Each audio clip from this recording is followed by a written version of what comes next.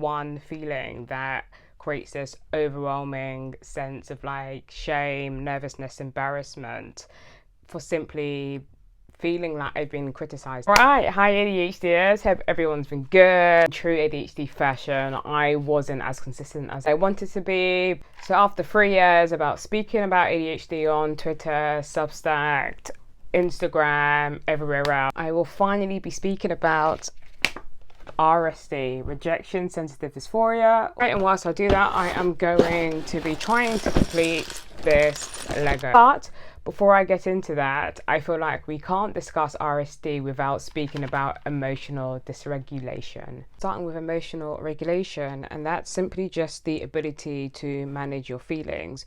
So when you're a kid, we're taught how to express our emotions when we're angry and when we're not doing great. Some of us did a really good job at masking our emotions as kids, but that's essentially emotional regulation in a nutshell. On the flip side, you have emotional dysregulation, where you have difficulty managing your feelings. Right, so the term rejection sensitive dysphoria by William Dodson refers to the extreme emotional sensitivity or emotional pain triggered by the perception or imagination that a person with ADHD feels like they may have been rejected, been teased, been criticized, and a few other things.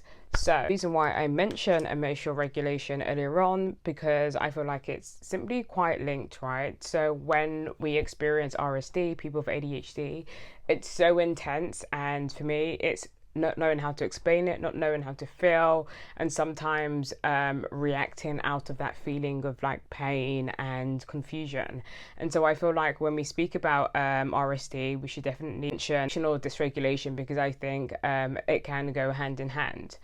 With that being said, although RSD is not mentioned in the diagnostic criteria for ADHD, many of us struggle with how to regulate our emotions or understand our emotions, which is why I think William Dodson has now made the connection with ADHD and rejection sensitive dysphoria. I think for me it's more so linked to childhood, especially with undiagnosed ADHD and not being able to really communicate or express how you feel and being misunderstood. So I would react out of anger, I would like really throw things like in my room and just have difficulty regulating my emotion, to where I feel like now it's spun off into what we call RSD, and I'm seeing that a lot in adulthood. I'm not sure if that's the same for any other ADHDers, but it seems to be common. So it's not in the diagnostic criteria, but there seems to be a link with RSD and people with ADHD. Going with the perception of being rejected, for me what this looks like as an adult is if, let's say, I'm texting someone that I'm getting to know, and they're giving me one-word answers, or they're communicating in a way that I don't understand, automatically my RSD kicks in, and it's like bam, this feeling of being rejected, does this person not like me anymore? And you may say, okay, well, this is a normal human,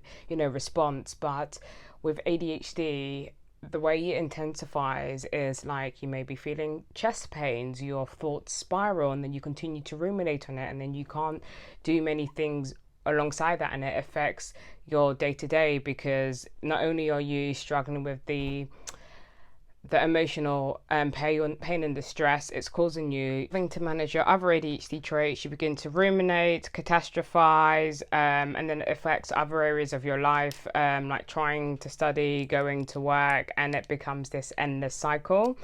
And even when the person, let's say, gets in touch with you and they try to reassure you, that pain, feeling of distress is still there, and you start to second guess yourself. You worry about next thing you're saying, whether it's going to be wrong, and it becomes like this endless cycle of RSD. And sometimes it can have an impact on relationships and friendships, because people don't understand why you're feeling that way. And people will say like, don't be ridiculous, or you're overreacting, when that's really how you feel, when it's, again, ADHD plus RSD on top of that. Well, another example for me, okay, let's say this is my manager and this is me. My manager says, hey Rachel, this work you submitted was okay, but you got to change a few things here or there. And I'm like, okay, thanks, I'll change it. I'm dying inside. Everything they said to me was just like a kick in the teeth. I'm like, am I going to lose my job? Did I really mess up? I can't really bring myself to work or volunteer on anything again. What should I say to them? Am I going to have to tiptoe around them? Oh my gosh, I can't do anything right.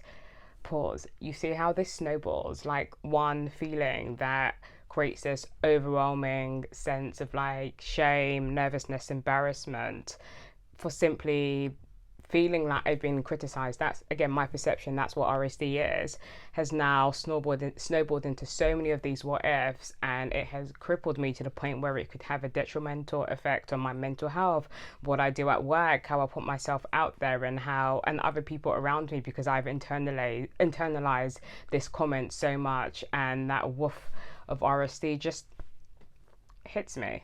Okay, so some of you are watching this thinking this sounds like me. I finally can put a name to it. What can I do about trying to manage my RSD alongside ADHD?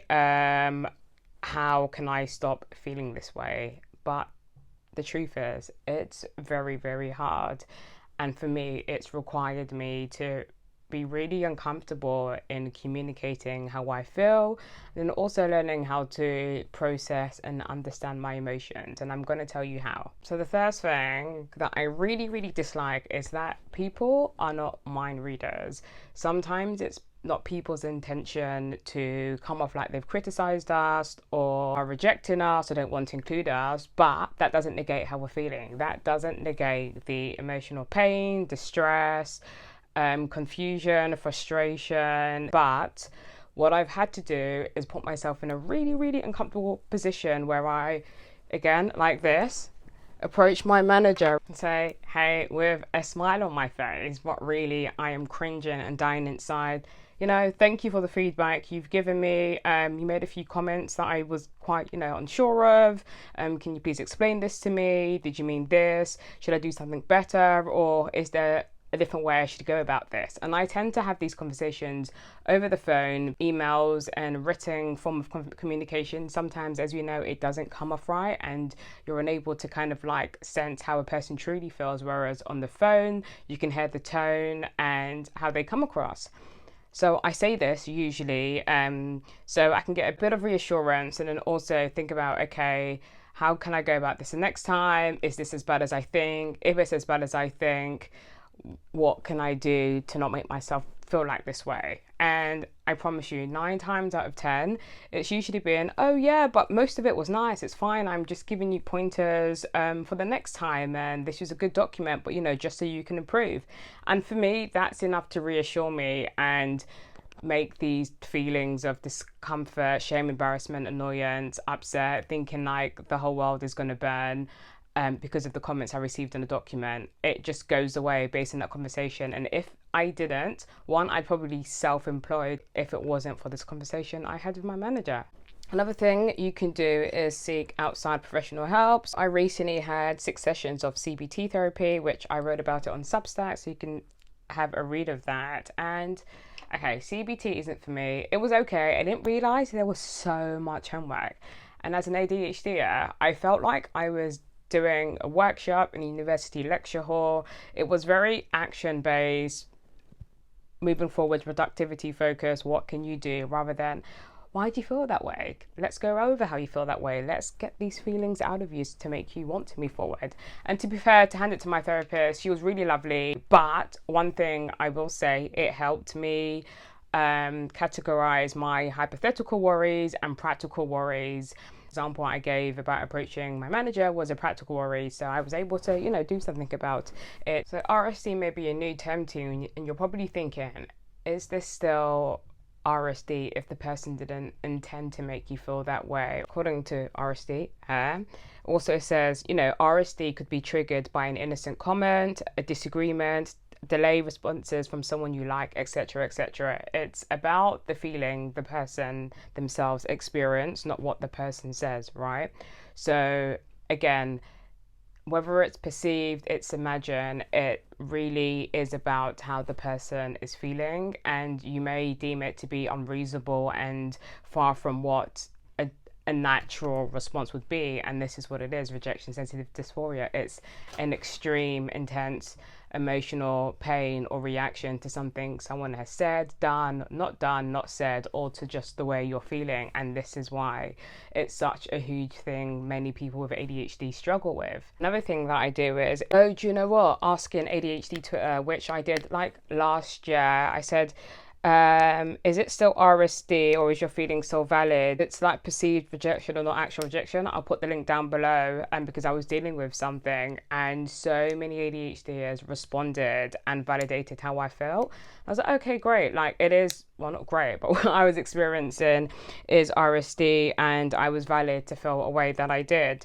So you can use the Ask ADHD hashtag. I'm sure there are many people on ADHD Twitter who'll be more than happy to answer your questions. Another thing that I do is, if I can get ahead of it. So if I'm like dating someone or in early stages and I feel comfortable telling them, I would just say, hey, just a heads up. Like, I prefer like open communication, because one thing I do struggle with is RSD, and I know you may not mean certain things or the way you go about things, but this is how I'm going to take it. But again, not everyone feels comfortable doing that, saying that, and for me, it also really depends on how I feel comfortable with the person that I'm getting to know. Does this look right? Yeah, if it's getting to know, but like, that's something I won't do often, like, but again, throwing out some suggestions out there.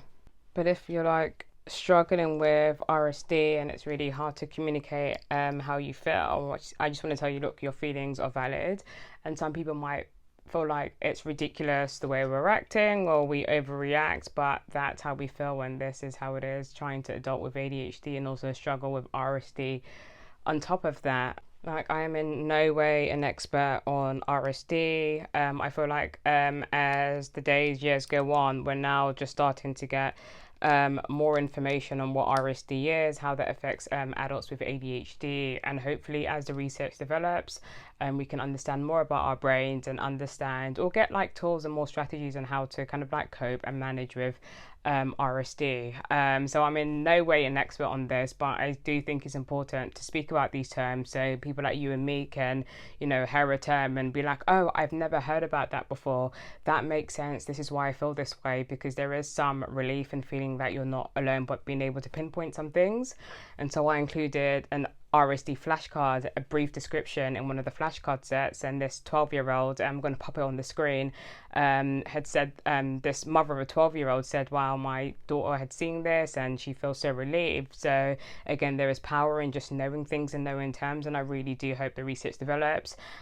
Give yourself some grace, don't be too hard on yourself. Navigating this world is difficult alone, but having ADHD and dealing with RSD on top of that can be a bit more difficult. But guys, I haven't finished the Lego. You see that I did try. Maybe in my next vid I will be halfway through to completing it. But thanks for watching. Like, comment and subscribe. Let me know if you have any questions in the comment section, and I will hopefully be back with my next video sooner than I was with this one. Bye ADHDers.